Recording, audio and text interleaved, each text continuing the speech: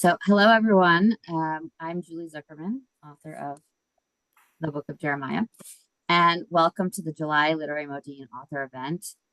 Over 9 months ago, our lives were changed forever, and now we're on day 282, and we're still waiting and praying for all of our hostages to return home, and we'll talk more about that at the end of the session. But for now, I want to turn to something joyful, and that is the release of new Jewish books into the world. Literary Modiin, for those who are first timers here, began about 5 years ago in my hometown of, or my current town of a city of Modiin in central Israel, very close to the airport. And it's grown into a monthly event, and it's something that I look forward to every month. This is our 51st event. The format of today's event is that each author will speak for about 15 minutes, and then we open it up to questions. And we have a large attendance, so you're all on mute. But you can put your questions in the chat box as the authors are reading. And if you have any technical difficulties, just send those to me in a private note. We're recording this, so this will be available to anybody who registered afterwards. So now I will introduce our first author. Maya Arad is the author of 11 books of Hebrew fiction, as well as studies in literary criticism and linguistics. Born in Israel in 1971, she received a PhD in linguistics from University College London, and for the past 20 years has lived in California, where she is currently the writer-in-residence at Stanford University's Taub Center for Jewish Studies. So, Maya, I'm going to spotlight you, and then you can take it away. Oh, let me take my spotlight out. Hold on, remove mine. Thank you so much, Julie, and thank you for creating this wonderful event, and thank you, Mimi and Marcela, and all of you for being here. I'm so glad to be here today and talk about my book, The Hebrew Teacher. The Hebrew Teacher was written in Hebrew. It came out in 2018 in Israel, and it appeared in English translation by Jessica Cohen last March with New Vessel Press. And as Mimi mentioned, I have actually 12 books published in Hebrew, but this is the first one to appear in English. And before I talk about this book, I should probably tell you that I'm a Hebrew writer, but for the past 30 years, I've been living outside Israel. And many of my books are about the lives of Israeli expats in the United States. I never thought about it as an ideological thing. It was more of a desire to write what I know, to tell Hebrew readers about the experiences of people like me. But of course, it's also a political choice, because for many, many years, Hebrew literature was almost exclusively contained in the geographical borders of the state of Israel. When I was growing up, I can't remember any significant characters who were not living in Israel, and if there were any, they were usually looked down on judgmentally as Yordim, a derogatory term for Israelis who left Israel. So for me, writing about Israeli expats is a natural phenomenon by a writer who is part of this community is also some sort of a political act. The Hebrew Teacher is a book of 3 novellas. I should mention that novellas are my favorite genre. They're not too long, not too short, long enough to give you some expanse for a plot, but short enough to be concise artistically and emotionally. I have 2 collections of novellas that I published, and one coming up in 6 months in Israel. So it's really one of my favorite things to write. At the center of each novella, there's a woman whose life was altered by immigration. 2 of these women immigrated to the United States, and one was left behind in Israel after her only son immigrated to the United States.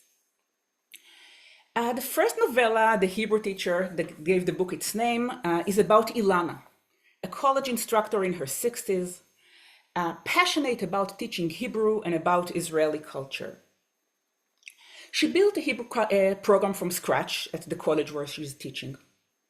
It was flourishing for many years, but now enrollment is dwindling. There are fewer and fewer students, and the future is unclear. Now, what inspired me to write about Ilana? What's my connection with her? At first glance, it looks that there are very little common between us. Ilana is about a generation older than me, as she mentions several times during the story. She was born in 1948, along with the state. She lives in the Midwest. I live in California. She's married to an American Jew and belongs to a shul. I pretty much live within the Israeli community of Silicon Valley and the academic community of Stanford. But on the other hand, we are both Israeli women living in the United States and making some sort of living out of Hebrew. And it's not a very good time for Hebrew. So this is the level where I feel a deep connection with Ilana, and this is what made it possible for me to write a story about her. Now, to make things worse for Ilana, almost at the beginning of the story, she finds herself at odds with Yoad, a new Israeli professor with radical views. Ilana loves Israel for all its faults. She can be critical of certain things, but she stands with Israel, always. Yoad, on the other hand, is what one might call a post-Zionist, and the clash between them is inevitable. And when there's a power struggle between a young male tenure-track professor and an older woman who is an adjunct, it's quite clear who is going to win. I wrote this novella in 2015, but many people found it prescient after October 7, because the conflict between Ilana and Yoad, the new professor, reflects many similar arguments that have been taking place in American campuses in the past few months. And it's tempting to read this story as a political story about Israel and American campuses. And of course, it is a political story, and you can read it like that. But on another level, it's a story about growing older, about seeing your life's work becoming irrelevant. And this is the level I'm more interested in and more connected to. Hebrew is declining, sure, but so is Russian, Italian, the humanities in general, literature. People read a lot less than they used to. And this is the world we're living in, and both Ilana and I have to deal with it. And my way of dealing with it, of course, is writing. And I should add, creating a community like this wonderful event and connecting with readers, which helps a lot.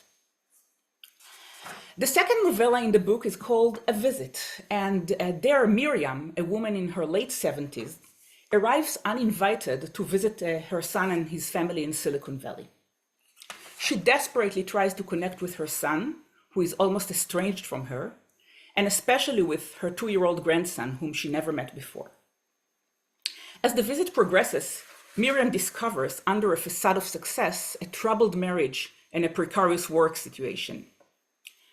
Now, this story had very different reactions from different readers of different generations. Younger women told me, wow, you wrote about my mother-in-law. And older women told me, that's my daughter-in-law in that story. But it's really not a story about villains and saints.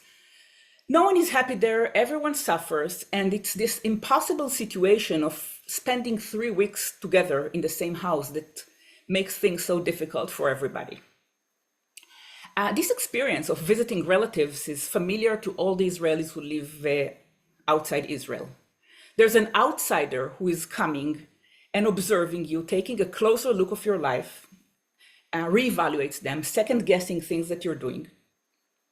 Now, why choose this extreme situation of an almost estranged son?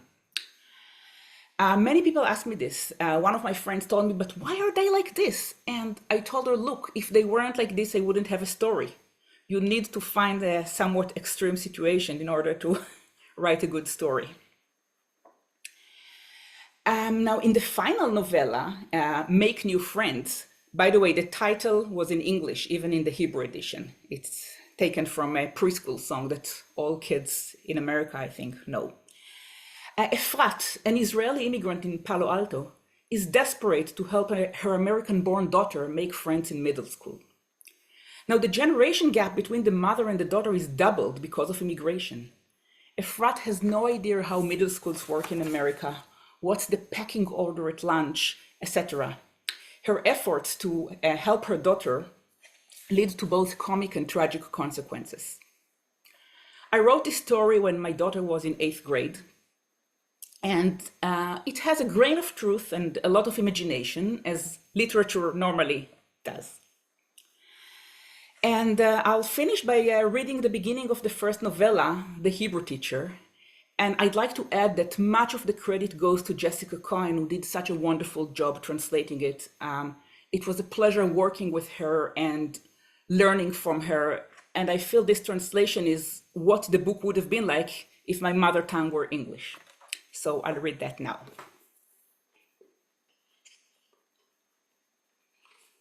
The Hebrew Teacher. It wasn't a very good time for Hebrew.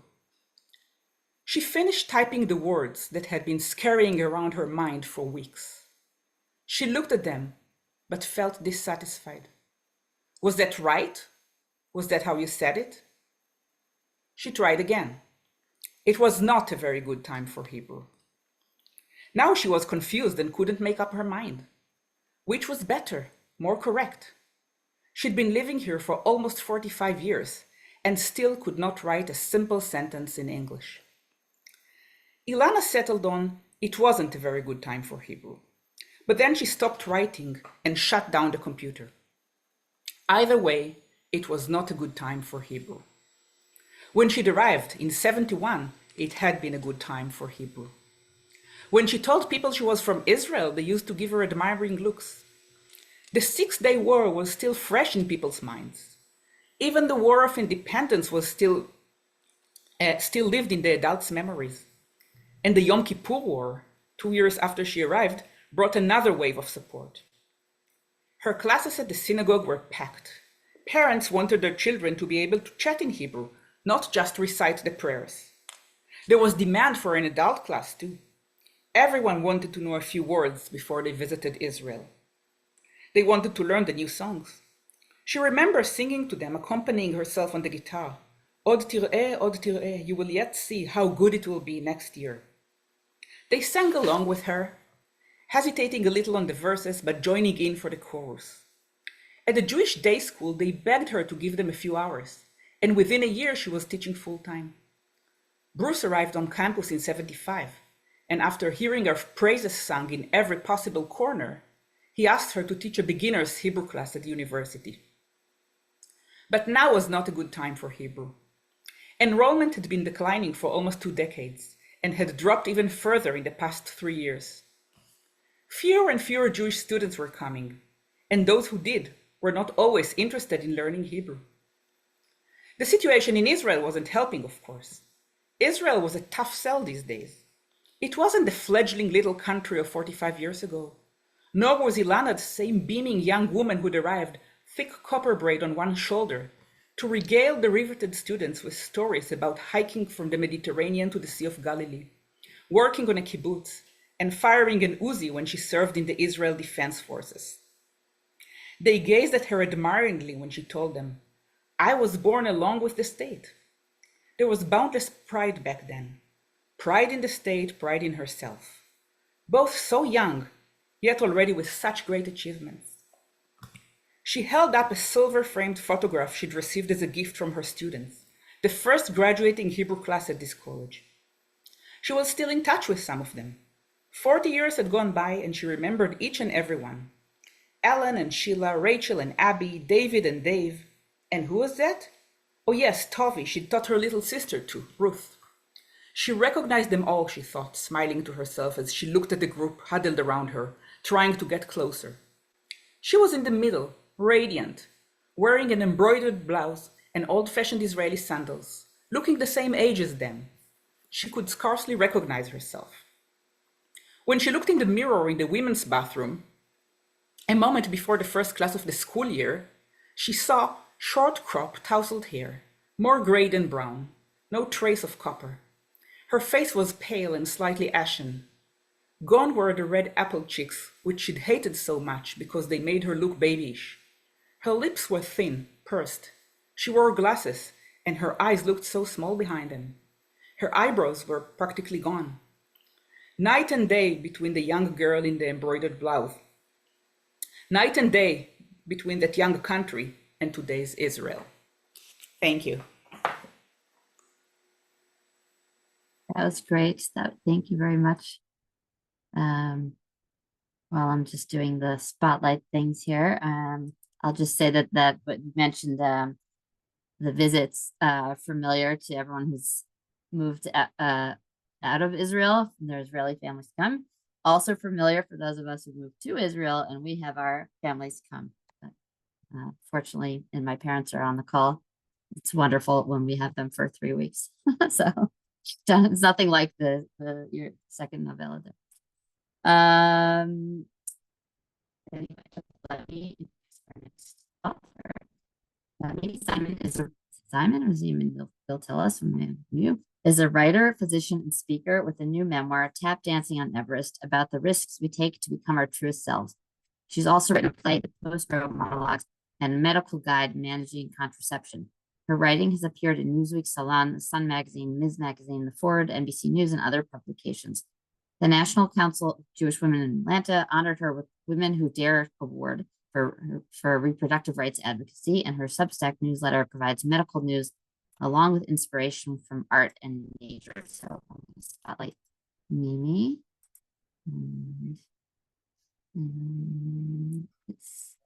Go ahead. Thanks so much, Julie. Can you hear me? Maya, that was amazing. That was very, very hard act to follow. I can't wait to read your book. Julie, thank you so much for inviting me. It's such an honor and privilege to be in Israel virtually because of everything that's going on. And for personal reasons, my mother was Israeli. And I have a flashback in my book from my summer on kibbutz at 16, which was, of course, transformational. Tap Dancing on Everest is a memoir about battling vulnerability to move from the daughter of immigrants raised in New York City, my father, the sole survivor of his family in the Holocaust, to becoming the doctor and only woman on a daring Everest expedition in Tibet when I was a 25-year-old medical student, about the risks we take in life to become our truest selves, threading themes of search for identity, Judaism, feminism, medicine, and adventure. So there's a lot going on. Okay, I'm going to read something from late in the book just to then introduce why I wrote the book. It's a scene on the way to base camp. We were beset by many storms and finally making some progress, camped on a steep slope. At night in our tent, Robert warned, "I don't want you to be scared, but the slope is pretty steep. The snow is deep and wet, and it could avalanche, or there could be a rock slide. So let's run through an avalanche drill." When a sentence starts with "don't be scared, but," and you're on a remote Himalayan slope, what did he expect? I was terrified, of course. Keep your boots, headlamp, and ice axe nearby. Remember how to ride an avalanche. Feet pointing downhill, arms close to your body. I arranged my gear nearby as instructed, willing myself to remember the rule that if such a crisis were to strike, to point my feet down, arms tucked in. I didn't sleep at all, listening to the winds howl and the snow patter on the tent. Okay, so I think you get the idea that this isn't a typical mountaineering story about a heroic climber, which most adventure stories are. So I was lucky enough to be part of this extreme adventure, which has always stuck with me, and I always wanted to write about it. But I wanted to write a different kind of mountaineering story, not about a climber, but about someone in the background role, the doctor role, a support team member, and in particular, a woman's story. I thought that this was an interesting addition to mountaineering literature. And at one point I say that my Everest was taking on that doctor role while I was still a medical student. So it's a lot about facing fears. It's not that I felt so confident, but I had to really think about my fears and follow through mostly because I was very passionate about being in the mountains. And, when you put yourself in situations like that, stretching outside your comfort zone, it will inevitably lead to growth. So I started writing the book 5 years ago. I didn't plan it. Here I was late in life. It just happened. I sat down one day and started writing. And I didn't realize at the time how much vulnerability writing a memoir takes, how much you need to expose yourself, and that also requires risks. And that therefore the writing of this book was sort of mirroring the story I was telling from so many years ago. I thought I was sitting down and finally just writing our adventure story, and then all this family stuff came out. And I never thought I wanted to write anything about my family. So I had to really think about what was going on. And I was taking a lot of writing classes and writing workshops. And I understood that I needed to trust the writing process and just write and eventually discover the story. And what I discovered was I wanted to connect my family's Holocaust background, immigrant background, and my search for identity with this Everest tale, which was going to be a little hard to put together. And as I wrote that, I also felt like it was important to me to contribute to the literature of the generation after for that reason, because it was just a different kind of story. So I weave this family influence or baggage into my search for identity, and then it becomes important to include Judaism as well. So I thought I would talk a little bit about the craft choices because there are so many layers and different things going on. A part of how I brought it together was by choosing repeating elements and metaphors that I mostly introduce in the second chapter of the book, called Feet First. The first chapter is a flash forward to an extreme moment on the mountain that we come back to later in the book during the expedition. The second chapter, I go back to my family, this Feet First chapter. But it starts with a little vignette about a New York Magazine piece they did about me right before leaving for the trip, where the journalist wrote, quote, "The ethereal, soft-spoken blonde seems an unlikely candidate for an assault team of any kind." So that introduces my framing of being unlikely, and then I get to introduce my family. I then say that looking back, I imagine my route to Everest as a hiking trail on a map drawn with dashed lines, the blanks between the lines like suspended breaths, where I paused to figure out which way to go so I could introduce the map element, which runs through the book too. And then I talk about my family, my father's survival in the Holocaust, which is actually truly the definition of unlikely.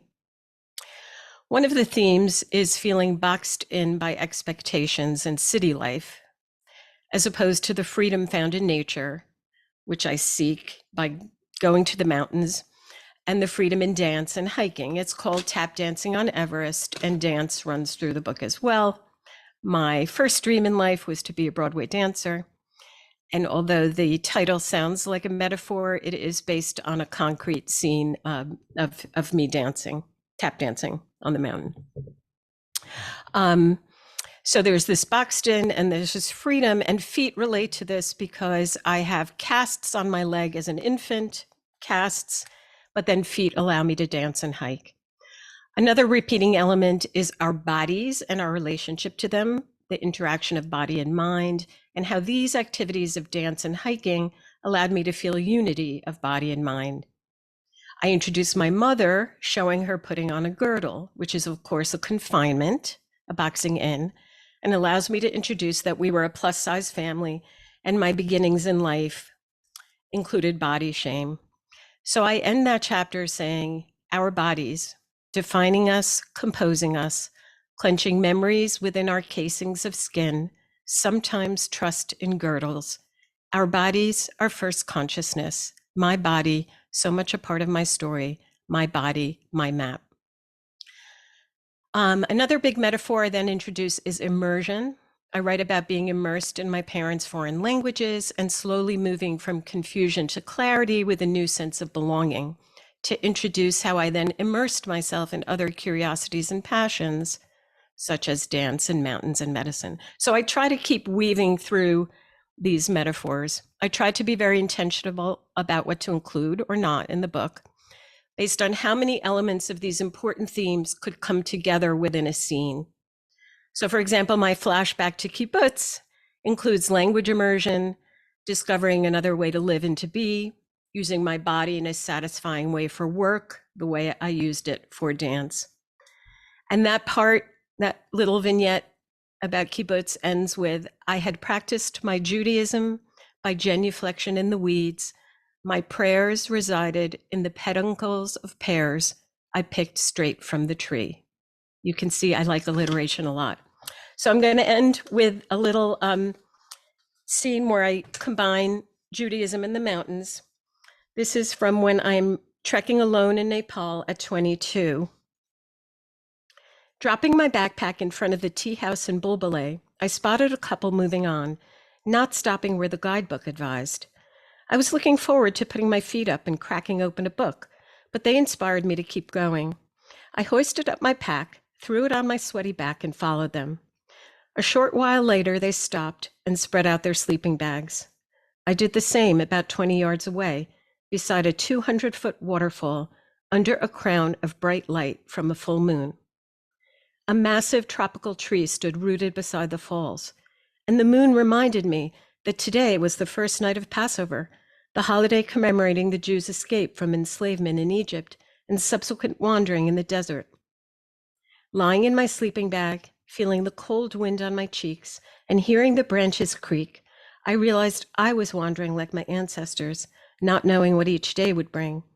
I was walking toward freedom as they had, freedom from my shoulds. And at the same time, I was firmly rooted in my origins, like the massive tree beside me. It then flashes back to a period in my life when I had become Orthodox from about 11 to 14, and then returns to this. I missed the peace and comfort that had come from my practice of Orthodoxy, from thinking God was always with me and always cared about me. I wasn't alone. Yet here, alone at the waterfall, steeped in these thoughts, I didn't feel lonely. I lay on my back, searching the sky, flooded by brightness, pondering this Passover night, full of hope, wonder, and curiosity. This night was indeed different from all other nights, the phrase that anchors the Passover Seder. This night engendered a sense of home and peace, attached to no deity, leaving me rested, tired, and fulfilled in the shadow of the mountains that had been there for millions of years and would continue to stand for millions more. So that's my Passover in Nepal. And then I have another spontaneous Passover Seder when I'm on the Everest team in Tibet a few years later, when again I look up at the full moon and realize it's Passover. So Passover is kind of threaded through the book too. I will end there and thank you for your attention. Thank you. Great. Okay. Yes, what an adventure.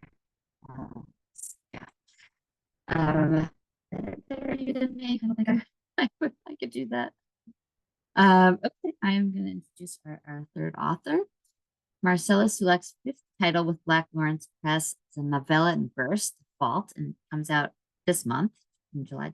They'll tell us, did it come out already? It's coming out next week. I don't remember.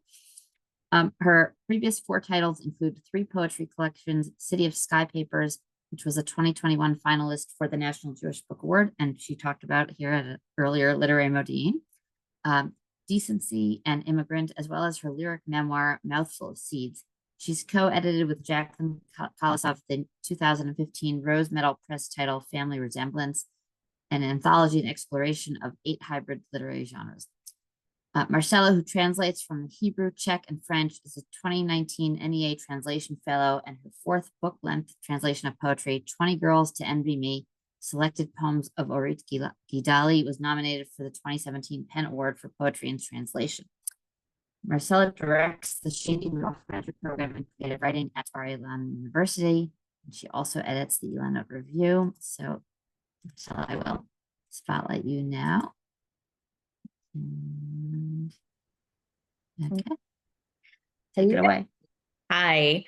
Thank you so much for joining us tonight, today, wherever time it is where you are. I want to just say a couple of things about The Fault, and then I'm just going to read some pieces and talk about them. The Fault is kind of my coming out book in the sense that, well, also Mouthful of Seeds was, in the sense that I really do talk about the fact that I'm a convert to Judaism. And I bring all kinds of baggage in the sense that I translate Central European fairy tales.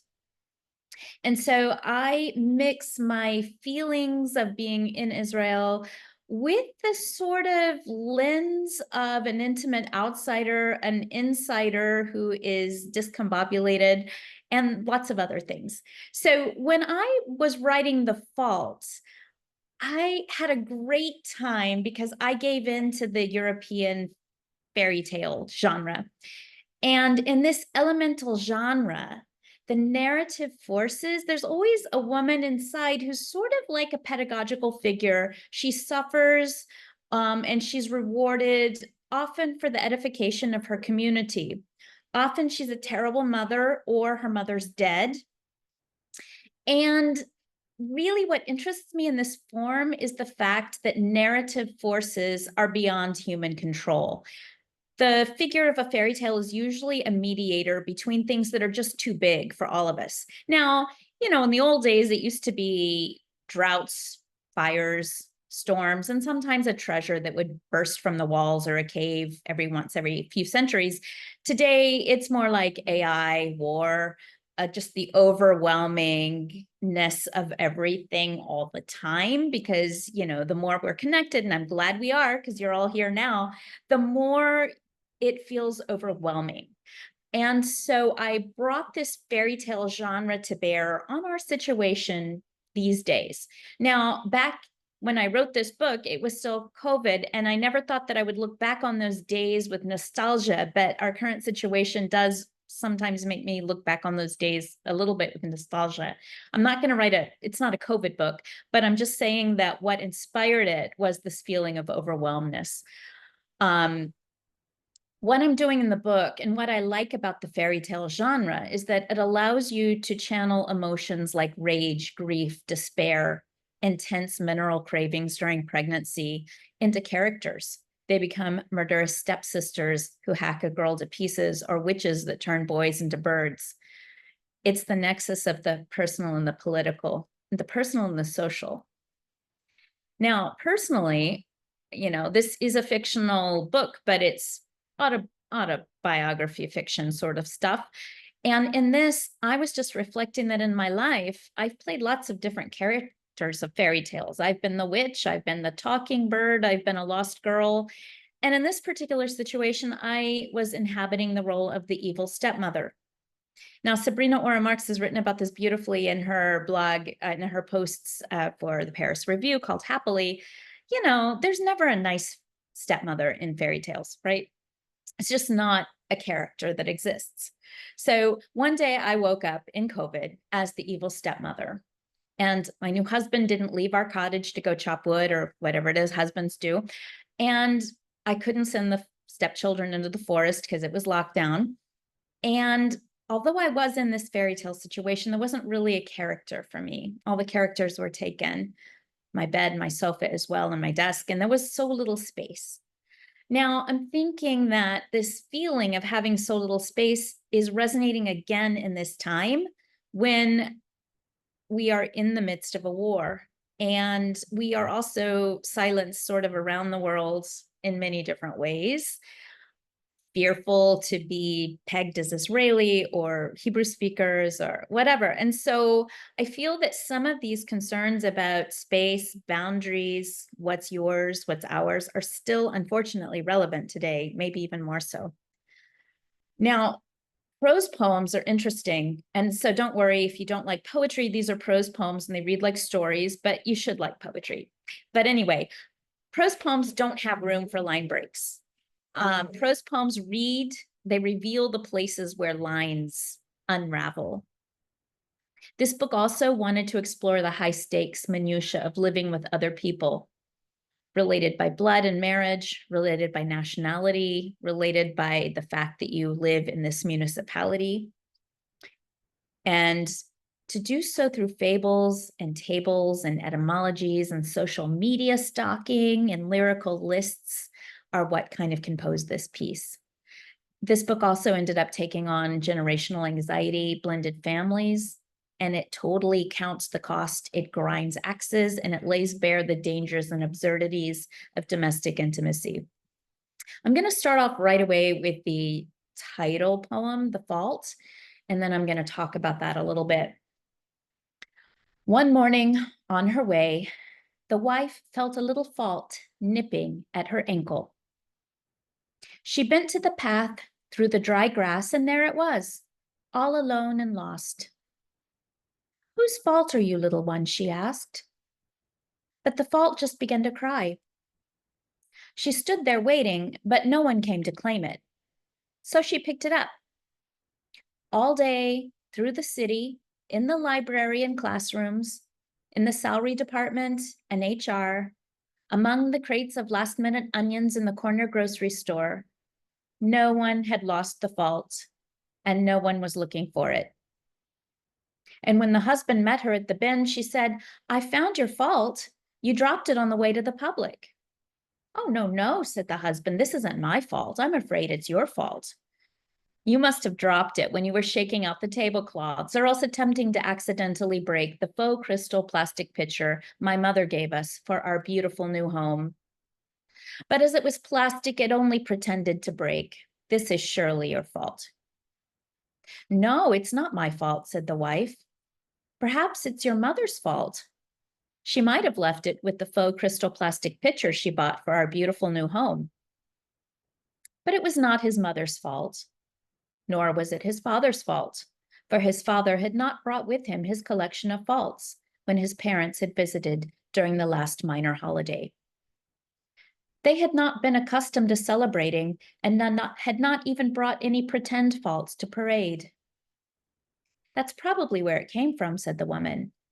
"It fell out of step in the parade." She felt sorry for the fault and decided to keep it. She wrapped it in her arms and fed the fault a little leftover fish from the too much she was said to have prepared. The fault found the fish delicious, and soon it was fast asleep in the bed that belonged to the husband and wife. The wife hoped it would sleep all night and not wake them up too early in the morning. Now, what I like about the working with a prose poem form, and it took me a little while to figure this out, is that it works like a framed picture or even a framed moving picture, like a short. I'm using a visual metaphor here because within the frame, you shift focus. A good prose poem can work, for example, like a Bruegel painting, where the theme of the painting is happening in the far off left corner, and where we get in the foreground, what we get are just all distractions. So in this poem that I just read, I took a feeling and I made a character out of it. And the character became the main focus, and the person feeling the feeling became an accessory, like other accessories in the poem. The next poem I'm going to read works like, and it looks like a prose poem, but it's really skinny. And the slenderness of the poem, the prose poem, I'm hoping will compress the action and give it a slightly claustrophobic feeling. And it's based on a metaphor of nesting, right? And so it's called The Twigs. Today is the day they formally meet in the portico of the nest, and the male and the female tell their twigs. Sometimes the female is very surprised that what she'd been calling a twig, the male had been calling something else. A leaf, a splatter pattern, a breeze, for example, a sudden movement. "Structural integrity evaluation," he cries, tossing out two of her twigs. They are too pointy and bright and might be mistaken for darts or darting butterflies. The male and the female make a fest, and each guest brings a twig. The male says, "Nice fastenings." He is so shiny. The female needed to sparkle her shoes. Yet he hadn't needed everyone to have brought a twig, he said. "I have enough twigs of my own outside my nest, and if, he notes, I want, I can put them in the nest, or I can leave them in the leaves." Replies the female, "Oh, but I haven't any twigs besides." "How I do need those twigs," the guest brought, "especially the ones that look like sudden butterflies, splatter patterns, and leaves. How much I needed them, I did." And now I'm just going to do two more. I want to move to two different kinds of forms as well. One of them is kind of a straight up narrative piece, and it's about a print that is now the book cover. It was published as a piece of microfiction, and it's called The Cost of Art. This is the axe grinding and the counting that I was telling you about earlier. Okay. Arik at the Jerusalem Print Workshop shows us something the cost of this month's mortgage payment, the cost of painting the walls in the 2 girls' bedrooms and the accent walls in the kitchen and on the staircase, the cost of my brand new full suspension mountain bike, which I cannot afford, but since the truck hit me, I need it if I want to continue to share the man's fondest dreams. For the cost of 2 blood transfusions, or half the cost of a cesarean section. The print is like a blue whale in the blue sea, like rocks hidden in the waves, like a flag without a country. Its surface is scarred and scratched. It is a limited edition, one of 12. I had loved more this artist's black and white dandelion moon, or her scratchy weather, or her gossiping wheat, which takes 3 entire panels to finish its news. But my man says they are too dark for the wall, so we look only at the blue, sea-like, whale-like, mountain-like print of a flag without a country.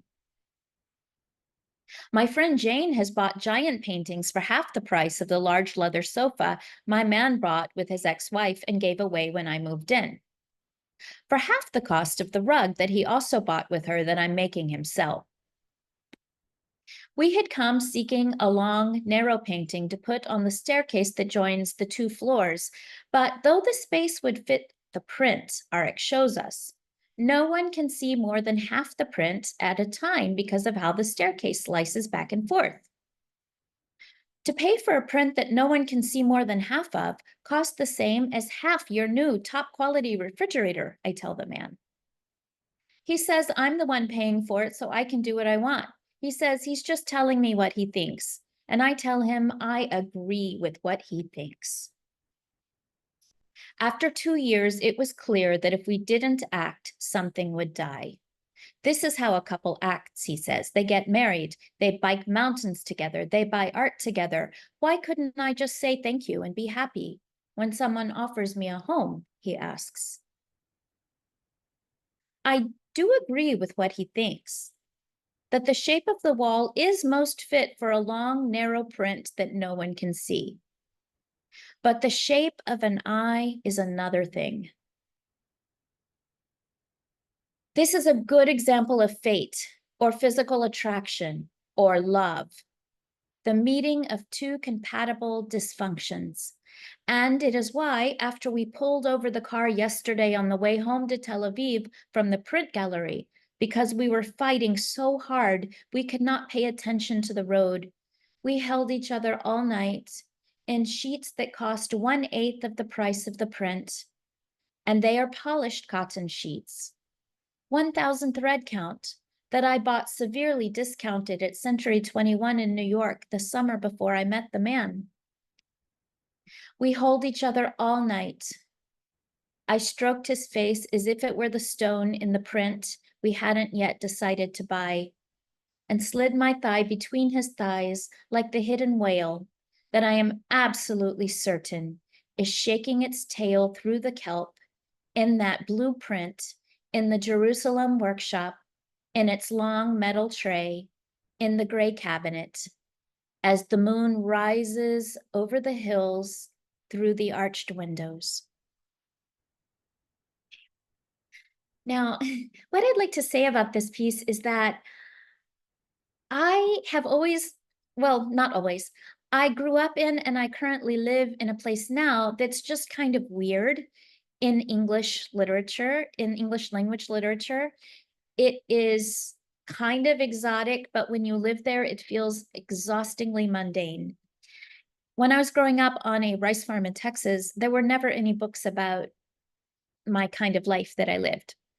And here, I think a lot of English language work is really very much about being Jewish in Jerusalem or living expat or living exile or live, like this splitness, and it's normal. What I was trying to do here, and there's great books. It's amazing. This is the best stuff. What I'm doing here, though, is I'm trying to write like this is normal. It's normal to live in Israel. And we can just think about normal things. We don't have to think, I mean, maybe it's a fantasy, right? You have it's such a privileged position, but I'm trying to write as if living here is just living in a place where you live. So I wanted to end it with one more piece. It's a shorter piece and it's a little lighter. It's called My Life on Earth with Mallow and Angels. And I will just preface this with saying that I am in the aftermath. I will never be Mimi, a ballet dancer anymore.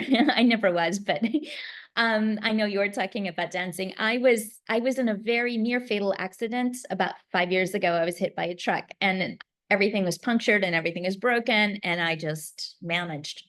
And now I'm fine mostly, except, you know, I am not going to ever be an athlete anymore. So this poem is sort of referencing that a little bit. It's called My Life on Earth with Mallows and Angels. 4 months after the accident, I ran 2 miles and climbed 3 locked gates, only to fall out of my lemon tree. I also hauled a wheelbarrow of dirt. Iman, a new mother, shared her recipe for mallow and onions. Mallow are weeds I tear from my garden, but they are young and tender now. They require much cleaning and are good for milk production. Last night, my man and I met for a beer and talked about our encounters with ghosts. Mine were actual, and his were from books and a woman he once fell instantly in love with. Wasn't really a thing. He stopped himself from saying he hadn't even kissed, meaning one supposes he had hardly kissed or not kissed enough. But he'd mentioned her twice already, so I imagine she must be the only person beside me who knows ghosts personally. My cousin's colleague, a teacher who grew up near us, says she was named for a ghost that lived in their house when I'd asked her about her unusual and beautiful name. It was also my classmate's name. This isn't in the book, but I'll tell you it's Sine. Isn't that beautiful? Okay. I wonder if she was named for the same ghost. My man hadn't shaved because I told him I liked stubble, but then he had worked from home that day. I kissed him because he was beautiful in his body like that, and on Sunday, I got lost among the angels of the households of Mea Sharim and walked among them like a ghost, watching them buy candles and lotto tickets and scotch tape and books and onions in their own natural environment. One had even had a run in her hose. I didn't fit in. I had no lipstick. And then we descended, bit by bit, far below the ground, and the train took us faster than we ever believed possible, ducking us again and again under the waves of mountains, the threads of mallow roots emerging in the sun, just long enough to catch our breath. Thank you. Thank you, Marcela. I'm going to add all of our authors to the spotlight. And while you guys are thinking of your questions to put in the chat, spotlight, ask to unmute. By the way, I forgot to tell all 3 of you, but when we were on the call before everyone got on, that feel free to ask each other questions also. Those are all beautiful readings, all 3 of you. Thank you so much. I have a few questions, but first, sorry, let's go to Ellen's question about if your books are in paperback and they have discussion guides. And Marcella, I know you answered people should ask your libraries to order them. Agree, and I'll get out. But if you guys can actually answer that question in the chat if you want. But my question is, I was struck by something you said at the beginning, Marcella, about being an intimate outsider. And I thought it could be an interesting question for all of you. You know, how does that serve the writer or the story to be an intimate outsider? I can just say that since I just finished, I'm thinking about this. I felt like when I moved here, everything was familiar enough. Everything looked like it looked where I had lived previously, but things didn't quite work the same way. And it's a story I tell is that on one of the earliest days I was here, I was taking my daughter to Gan on a bicycle, and I stopped at a corner, and a man was on the middle of the road, and there were 4 men on top of him going through his wallet. And I immediately thought, because I was coming from DC, oh my God, they're mugging him in broad daylight. And then the ambulance came and they called out the name of his medical card. And I was like, oh no, these are just all people that had been in the army and they know how to isolate somebody, and they're calling the insurance and, and so this feeling of always misapprehending what you're seeing in front of you is really fruitful and creative for, to kickstart your imagination, because then you start thinking of all these possible scenarios that aren't actually what's happening. So that's one way. Yeah. What about you, Maya? What do you think? Well, I started writing prose when I was a graduate student in England. In a way, I never wrote anything when I was living in Israel. I don't know this experience of writing when living in my home country. And I think I've always been kind of an outsider, even when I was growing up in a kibbutz in the 1970s, the most Israeli place. I never felt I was part of it. I was an outsider. So it's a state of mind for me. It doesn't matter if I'm from Israel, living in Israel, or living in California. And even within the Israeli community of Northern California, I feel like an outsider because most of these people are in tech and I'm a writer. And when I meet someone at the party and they ask me what I'm doing, the reaction is normally, huh? So for me, it's a given. And I think it helps writing, it helps that you can look from outside at different situations and not be in them. But then again, I have nothing to compare it with. Yeah. So. Mimi, what about you? Yeah, I mean, I come from similar, immigrant families, so there's that. But I think that, belonging is really about, in my opinion, being your true self. So it's more of an internal thing than how you relate to your community around you. But I think, whether you're bridging different communities like here, Israeli and American or other, certainly gives you more empathy, more understanding of different communities and where you fit in, But I think fitting in really has to be an internal feeling. And that's really what my book is about, which I had, was looking for in the mountains. Yeah, I feel like every time you speak, I have like the mirror experience here, right? Because I only started writing once, maybe 16 years ago, so I was already living in Israel. So I'm also, yes, sort of an outsider, and also, I work in the tech world, so I'm in the writing world.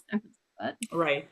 Actually, I'm very interested in the experience of people who came from, the English-speaking world and settled down in Israel. I think I was fascinated with it ever since I was a child. What made someone live a comfortable life in the US and go to Israel. And in my forthcoming book, which will come out in Hebrew in January next year, there's a novella about a translator who is the daughter of American immigrants in Israel, and she's translating from Hebrew into English, and it's all about this double life in different cultures.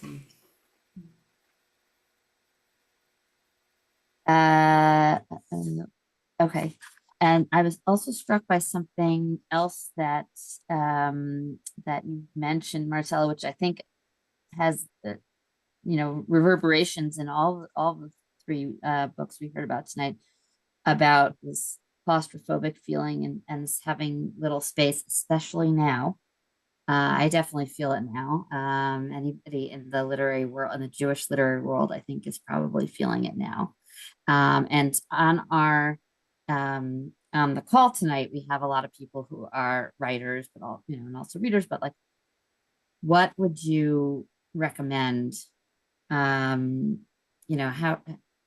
should we, I don't know, make the most of this moment? What should we be doing, all of us in the literary world, or whether you're a reader or a writer, when this we have this claustrophobic feeling. Guess I- it's not a question about writing, it's just a general therapy Look, session. yeah, I don't know how this is going to work because I'm about to try it out. On Thursday, I'm going to the States and I'm going to very lovely communities where I've lived before. My parents are in Texas, and I have just arranged very local groups, like local little lunches, house salons, you know. I'm not necessarily doing public. I might go to somebody's class, but I find that it's actually, at least in the poetry world, and again, we are not so high stakes. Like Maya, we're not gonna, probably all of my royalties in my life have never equaled 1 month's of royalty for one book that you have in poetry. So it's not, it's a different story here. But what I will say is that in some ways, I mean, I'm coming as an outsider, like I have my pre-Jewish communities that, but also, I would say that for Jewish poetry, there are a lot of groups that are starting up now that are supporting Israeli writers, Jewish writers. And in a way, this could be a nice Renaissance moment when people are starting to network a little bit more and to gather together. I think the important thing for any writer, really, after you've written your book and it's out in the world, is just finding people who love it and finding a community that you belong to and that you feel good with. And that doesn't really change. And I think now it helps even define your community a little bit more. It could be, in a way, a kind of blessing in disguise in some ways. I'm not sure. We'll see what I feel like when I get back. I don't know. Maya, you're there. Like, and Mimi, you're there. Yeah, I can share my experience because my book came out in March, and in April I was in New York. I had 4 events there. 3 were in universities, including in Columbia on the day where the president was testifying in the Congress. Mhm. So there was a lot of security. The event was packed with Israelis and Jews who came. You know, they were actually motivated to come and show support, and they were interested in this. Yeah. As I was speaking, you know, I could hear from outside the calls for intifada, but the event itself was really, really nice and gave me a lot of energy. I had one event with Joshua Cohen where, you know, we were in conversation in a bookstore. This was another thing. It was not easy to find a bookstore that would have me. Bookstores that were happy to have me in September became suddenly very full, but we did find one. And I was worried because this was a public thing, no security, no. But I found out, to my dismay and my relief, that stakes are very low for literature. You know, Israeli artists had their shows heckled and a lot of disturbances. Nobody cares about literature. No one came to to protest. So it was a very nice event, and people did come. Most of them, you know, Jews and Israelis, which was very heartwarming, and I felt supported. But yeah, I mean, I had other events that, you know, did not come to be because, you know, things were not. But as you say, we have to start from grassroots to have our people, our community, book clubs, synagogues. And I think you're right, Marcela, this situation will generate some new interest in Jewish literature, I think. Yeah, I feel the same. It's the whole thing that happened with canceling authors just because they're Jewish or have said something Zionist is pretty horrible and scary, especially, you know, with new books coming out that are Jewish. But at the same time, there's been this rally in the Jewish community to specifically support Jewish authors. It sounds like you had that, Maya, specifically in the Israeli community supporting an Israeli American. And that I think is really heartening. I mean, I'm seeing that. And I've always thought that my biggest readership would be Jewish because there aren't that many Jewish Everest stories, right? And so that's okay. I mean, it's a little vulnerable because they can like bomb you on Goodreads and things like that. And, you know, the message to is then to try to have other readers understand that we do need their support. We need the good reviews if you do like the book and things like that to counter these potentially negative things happening that are sometimes hard to pinpoint. Did I not get a bookstore event because there's Jewish elements in the book? Or did I not get it because I'm a new author? Mhm. Or because they were full with other events and they weren't interested? Whatever. It's a little bit hard to tease out reasons, I think. Yeah, I do see a lot of new initiatives going on. Yeah. Alyssa Wald, who's was on one of the solidarity events we had, she's starting a new publishing house. Several different like literary journals or online journals that are specifically saying we welcome your Zionist stories. So I wrote about that in just my June 1st, no, my July 1st newsletter. So there's like a list of a bunch of places that are kind of new venues. Okay. So we have a few questions in the chat. Joan from Maya, are your books that are only in Hebrew also about Israelis in the US? And if so, how have they been received in terms of the issue of the Yerida, now less used term, right? And also, I've recently learned about the, where'd it go? The term relocation. Just wondering if you think the negative association is fully gone, partly gone, etc. And also, Elizabeth asked you before if you have plans to translate any of your other books to English. So those are a bunch of questions for you. All right, so I'll start with the second question because it's easier. So I'm thrilled to say now that my most recent novel in Hebrew under the title Shanim Tovot will come out next July with New Vessel Press, translated by Jessica Cohen under the title Happy New Year's. It's an epistolary novel about a woman who writes a new letter for Rosh Hashanah to her friends in Israel every year, over 50 years. And you learn what's happening every year, like a span of a lifetime.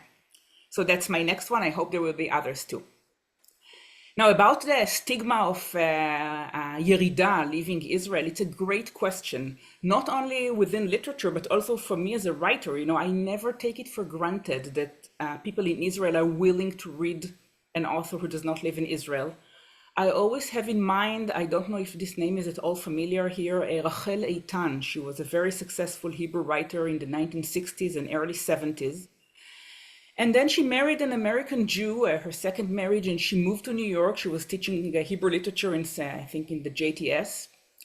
And she was completely erased in Israel. No one was interested in her reading her books, even though she was writing about Israel. And like me, you know that I'm bringing Israeli expats to the foreground. So I think things have changed a lot since then.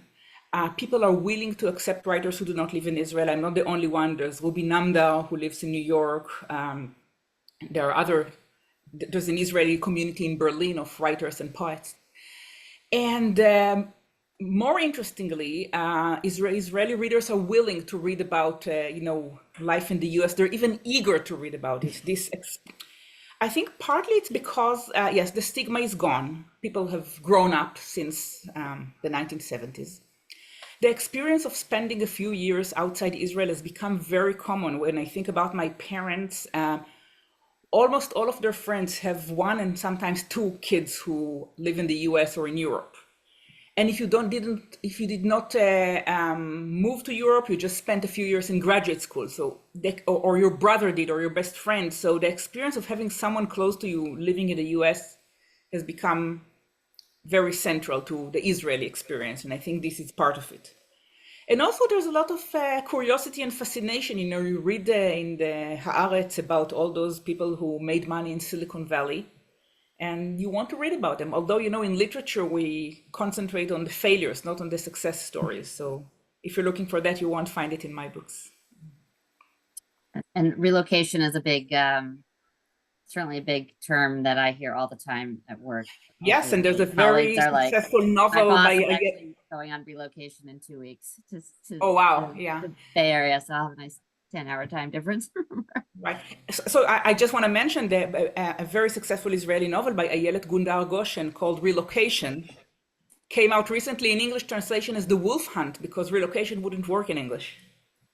I was wondering why did they, I mean, I guess because the term, right, because Israelis know what have a certain connotation about the term relocation.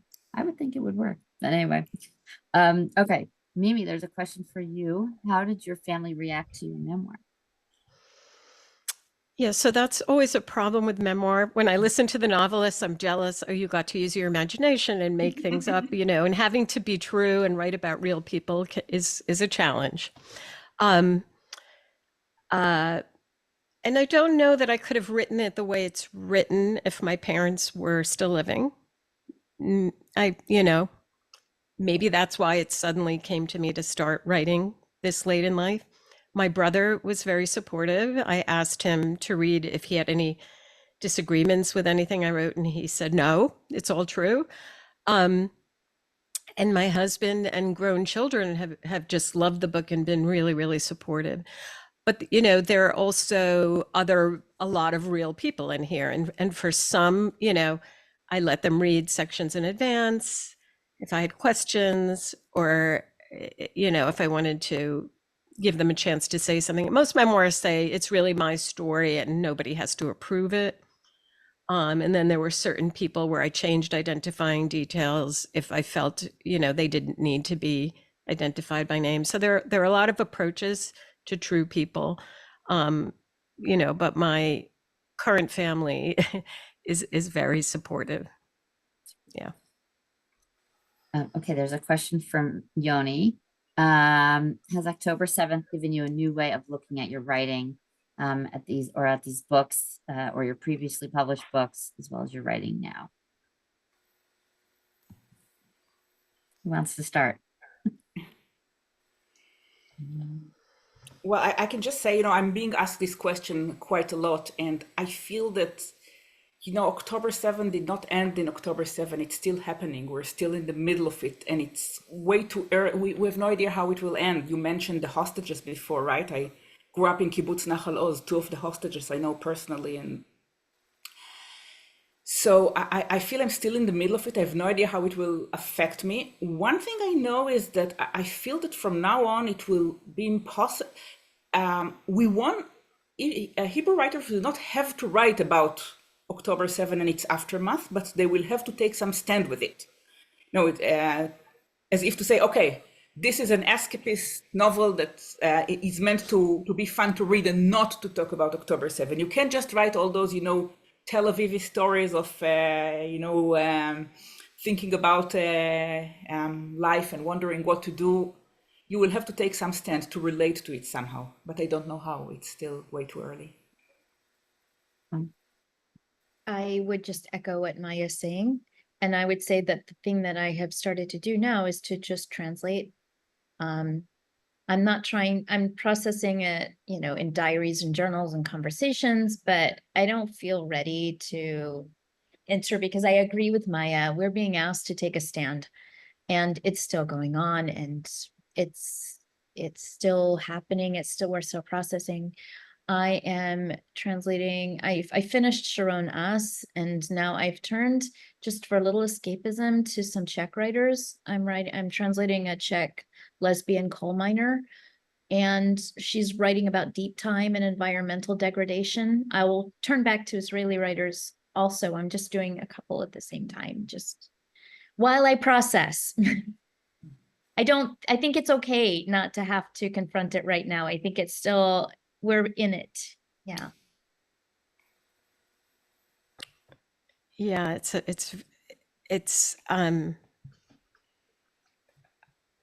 I don't really have anything to add. I had one reader respond to this story with tears saying, this is exactly the story she needed now. And I didn't really understand.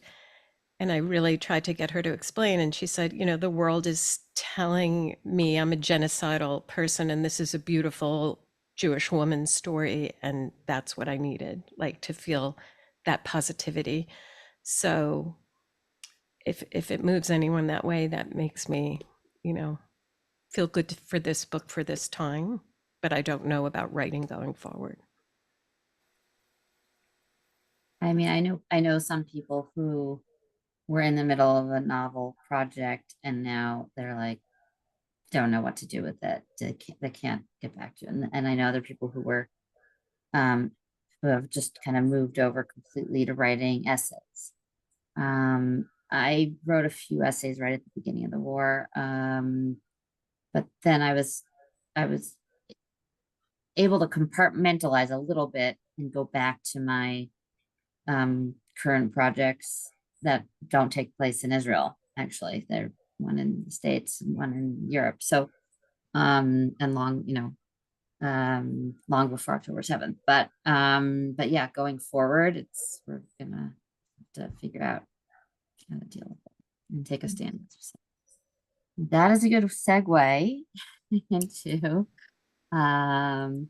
what we've been doing at every event since October 7th, which is, I'm going to say, Mishaperach for the hostages.